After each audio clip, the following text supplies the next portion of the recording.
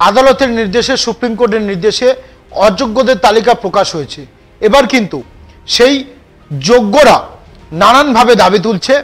চাকরি ফেরতের দাবিতে সরব হয়ে বিধানসভার সামনে সোমবার জড়ো হন চিন্ময় মণ্ডল সহ চাকরিহারা শিক্ষকদের এক দল। তাদের সঙ্গে কথা বলেন রাজ্যের বিরোধী দলনেতা শুভেন্দু অধিকারী। চাল থেকে কাঁকর আলাদা হয়ে গিয়েছে, তাহলে কেন অযোগ্য প্রার্থীদের চাকরিতে পুনর্বহাল করা হবে না? প্রশ্ন তুলে আজ পথে নেমেছেন চাকরিহারা শিক্ষকদের একাংশ। চাকরি ফেরতের দাবিতে এসএসসি ভবন অভিযানের পরিকল্পনা ছিল আজ চাকরিহারাদের শিক্ষকদের একাংশের, এবং তাদের কেন পুনর্বহাল রাখা হবে না আজ সে প্রশ্ন তুলে পথে নেমেছেন চাকরিহারা শিক্ষকরা।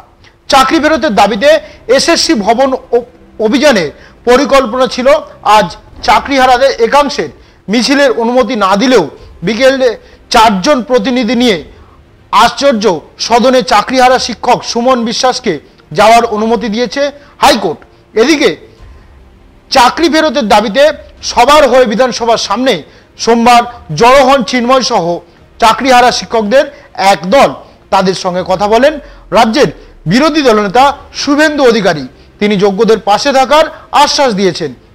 বিধানসভা ভবনের সামনে দাঁড়িয়ে শুভেন্দু অধিকারী বলেন, মুখ্য সচিবকে চিঠি পাঠাচ্ছি, যোগ্যদের তালিকা বহাল রাখা হোক।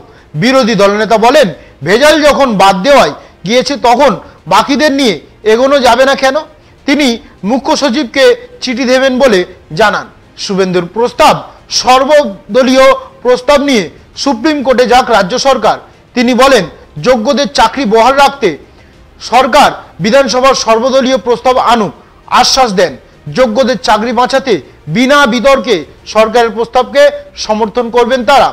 এদিকে বিধানসভার সামনে চাকরিহারা শিক্ষকদের একাংশের সঙ্গে সাক্ষাতের পরেই বিধানসভার বাইরে বিক্ষোভ দেখাতে শুরু করেন বিজেপি বিধায়করা। সেখানে প্ল্যাকার্ড হাতে তোলা হয় চাকরি চোর স্লোগান।